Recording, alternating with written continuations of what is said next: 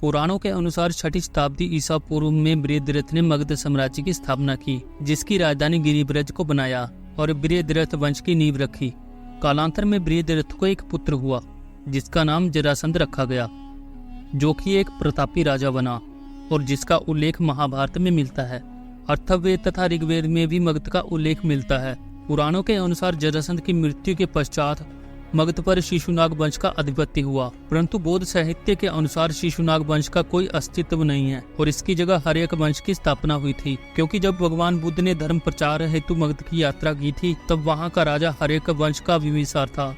बिंबिसार ने हर्यक वंश की नींव रखी थी। बिंबिसार हर्यक वंश का एक प्रतापी राजा था जो 15 वर्ष की आयु में 543 ईसा पूर्व में मगध का सम्राट बना था। इसकी राजधानी भी गिरिब्रज ही थी, पर कुछ समय बाद राजगृह को राजधानी बनाया गया। अजातशत्रु बिंबिसार का पुत्र था, जिसने बिंबिसार की मृत्यु के पश्चात 491 ईसा पूर्व में मगध का सिंहासन संभाला।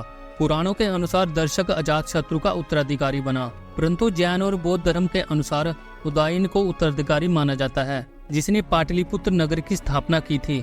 अजातशत्रु को कुणिक के नाम से भी जाना जाता है और कई मत है कि अजातशत्रु जैन धर्म का अनुयायी था, परंतु वह कुछ समय पश्चात बौद्ध धर्म का अनुयायी बन गया था। इसलिए अजातशत्रु ने बुद्ध के निवारण के पश्चात उनके अवशेषों पर स्तूप का निर्माण किया, जिसे राजगृह में बनाया गया है, जो वर्तमान में राजगीर जिला नालंदा बिहार में स्थित है। कुल मिलाकर हर्यक वंश ने 545 ईसा पूर्व से 412 ईसा पूर्व तक शासन किया, जिसका अंतिम शासक नागदशक था। समय के साथ हर्यक वंश के राजाओं की शक्ति इतनी कमजोर हो चुकी थी कि शिशुनाग नामक राजा के सेवक ने सिंहासन पर कब्जा कर लिया और मगध का सम्राट बन गया। तभी से शिशुनाग वंश का उदय हुआ। शिशुनाग ने गिरिब्रज को ही अपनी राजधानी बनाया था। शिशुनाग की मृत्यु के पश्चात शिशुनाग के उत्तराधिकारी कालाशोक ने साम्राज्य संभाला। कालाशोक ने पाटलिपुत्र को मगध की राजधानी बनाया। कालाशोक के कार्यकाल में ही बौद्ध धर्म की द्वितीय संगीति का आयोजन वैशाली में किया गया था। कालाशोक के 10 पुत्र थे, जिन्होंने शिशुनाग वंश के पतन तक मगध पर शासन किया, जिनमें से नंदीवर्धन शिशुनाग का अंतिम शासक था। महापद्मन नंद ने शिशुनाग वंश का तख्ता पलटकर मगध पर अधिकार किया और नंद वंश की नींव रखी। पाली ग्रंथों के अनुसार महापद्मन को उग्रसेन के नाम से भी जाना जाता है। जैन ग्रंथों के अनुसार महापद्मन को वेश्या का पुत्र माना गया है। यही कारण है कि महापद्मन को प्राचीन भारत का पहला शूद्र सम्राट भी माना जाता है। नंद वंश का अंतिम उत्तराधिकारी नंदराज था, जिसे बौद्ध ग्रंथों में घनानंद के नाम से जाना जाता है।